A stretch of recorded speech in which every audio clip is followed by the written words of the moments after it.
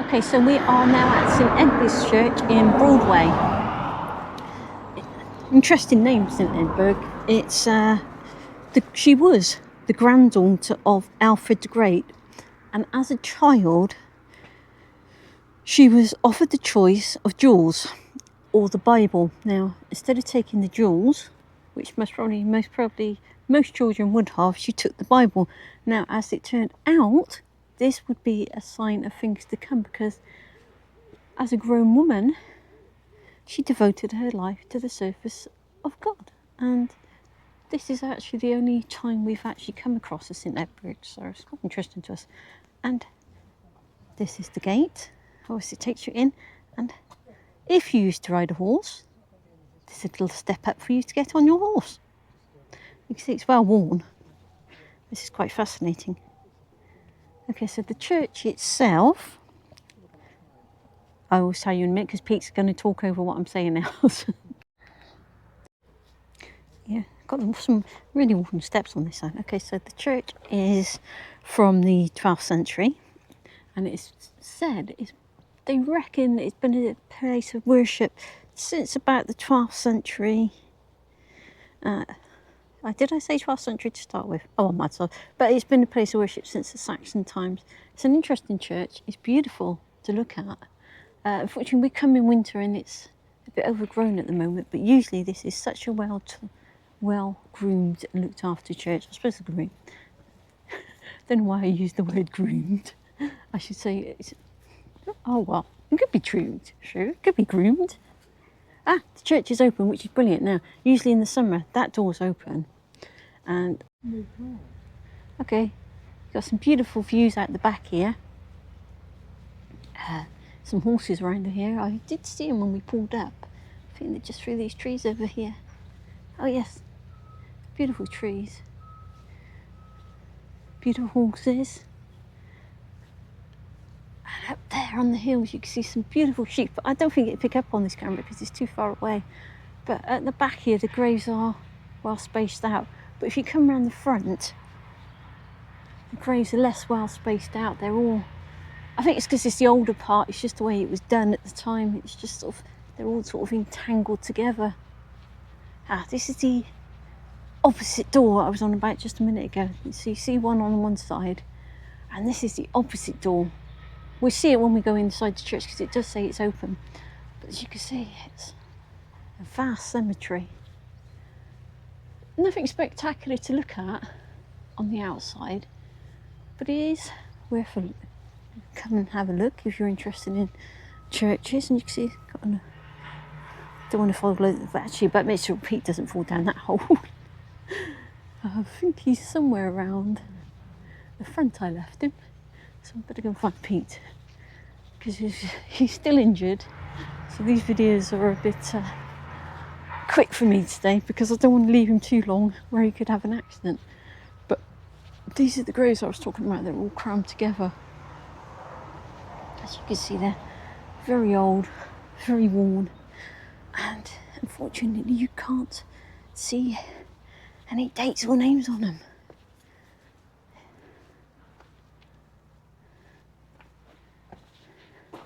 Let's go back to the beginning. Let's see. I left him over here, so he should be still over here. The information I'm reading out to you, she comes from our book, the original Tales from the Tombstone, and that's available from Amazon. On the original book, you can actually see postcodes where you can find these places.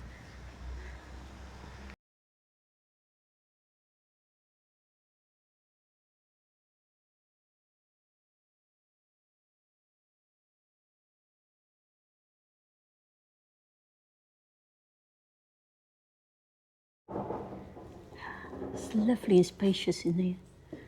This is what I was talking about. So the one door's there, and if you slowly pan round,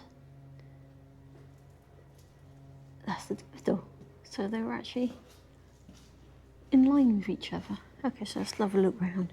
It's a very spacious church, as you can see. Some interesting little bits and pieces in here.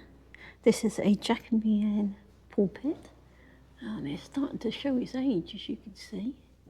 There's some medieval tiles in here, so look out for them.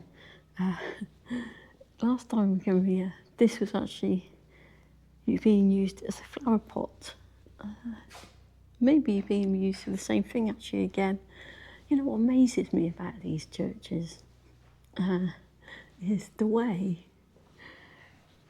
you see these, here, this is a funeral prior, used to put the coffins on. This is a really old one, as you can see. Some interesting little features on here, but these are always given in the name of somebody that passed away. And it's quite it's an interesting to give somebody, I thought. Okay, got to show you this. This is rather creepy, look. He's got his teeth missing, and he's also got right around his head, as you can see, it's a snake. Very well detailed. What else we got in here?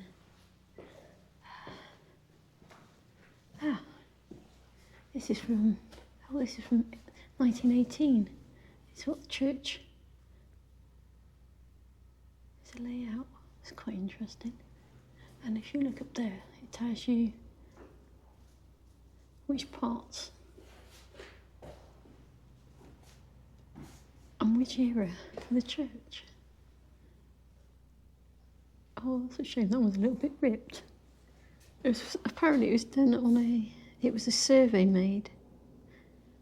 And it was made in 1918, as I've already said, and mounted and presented to the church in 1934. It's interesting. So what else we got in here? No stained glass windows. They are pretty plain. Just standard ones, but it's such an old church. The wood is amazing. Got some memorials in here. You can see where a lot of it's been shut off. There's an archway there. I said that was another doorway at some point. We got some. That's interesting. Served with distinction the Chinese expedition in the 1900s. Died leading his men at the taking on Mans Woods, France in the European War, July 11th, 1916. Mentioned many times in dispatches. It's interesting, that's when my uncle was killed at the Mans Woods in France in 1916. A few days after that date. Let's go and have a see what we got up here. Ooh. That's interesting. A few more brass.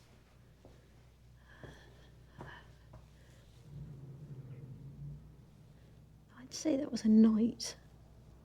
I can't read that. I do believe it's Latin. But that definitely looks like a knight in a coat of armour. Some rather old doors there. Another stone carved in the wall. And I can't read the date, unfortunately, on that.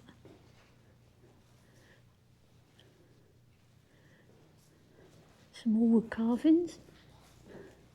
Some memorials.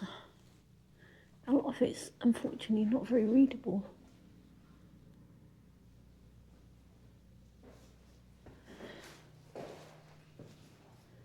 Pete, if you go up in that corner, there's... This stone floor is absolutely amazing. It's well worn, as you can see. What have we got around here? Oh, we have an elms box. I think I must have seen that when I came in. I must have missed it. Yeah. Very old. I bet that could tell some tales. The thing is, where this is stone tiling, it makes the church so cold. Oh, what's this? Oh, these are the clappers from the old bells. Oh, I've got 1778, 1812. That was 1603, 1609, 1773, 1778, and 1805. It says clappers of the old bells. Let's see if I can get back at that for you a bit. That's quite amazing. That's some of the bell ringers. What else we got around here?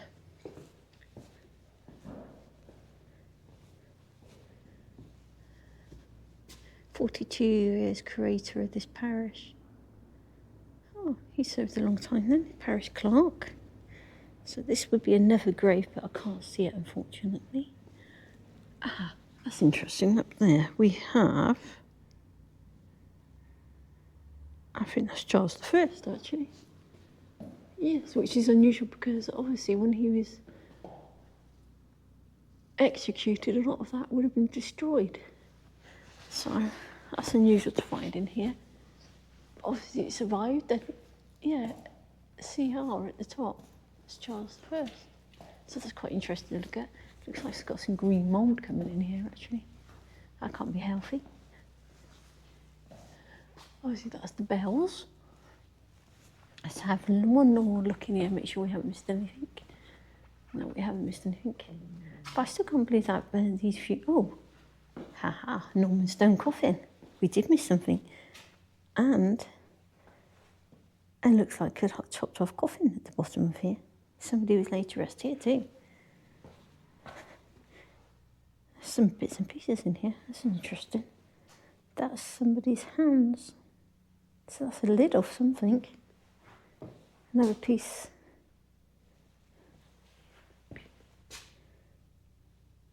Ah, and there was the tiles I was telling you about, the medieval ones. There we go. But you've got to remember, there's the little man with the skull I was telling you about, and right underneath him in the little corner is the two medieval tiles. So you've got to look around these places because things are hidden well. Okay, so that's it for today. Thank you for joining me.